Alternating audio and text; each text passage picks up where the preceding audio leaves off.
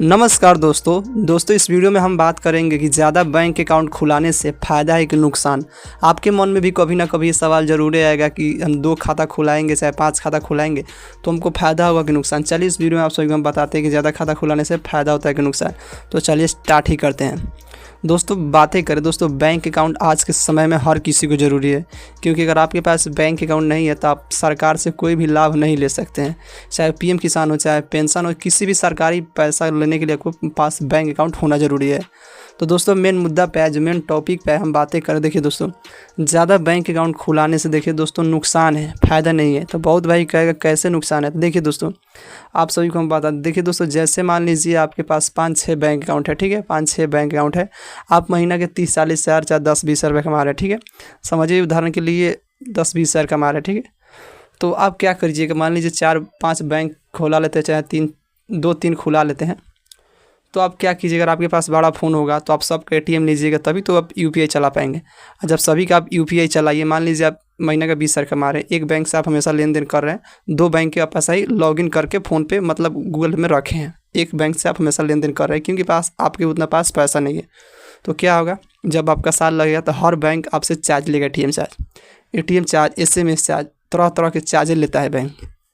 तो आप क्या करेंगे, आपको तो देना ही पड़ेगा। आपके खाता में पैसा आए या चाहे ना आए, वो आपसे एटीएम चार्ज लेगा, या लेन देन करे या ना करे आपसे लेगा ही, क्योंकि भाई ने अपने एटीएम लिया है, खाता खुला है, तभी तो आपसे लेगा। तो इसलिए हम बताना चाहेंगे, देखिए एक ही खाता रखिए, आप उसको आधार से लिंक करा के रखें। क्यों आधार से लिंक करा के रखें, क्योंकि दोस्तों जो सरकारी पैसा मिलता है ना, उसी खाता में जाता है सरकारी पैसा। डीबीटी के द्वारा आजकल पैसा रहता है।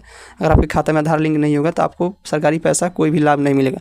तो खाता में आधार लिंक करा के रखें और एक ही खाता रखें, ठीक है। ज़्यादा से ज़्यादा आप खुलाना चाहते हैं तो 2 खुला सकते हैं।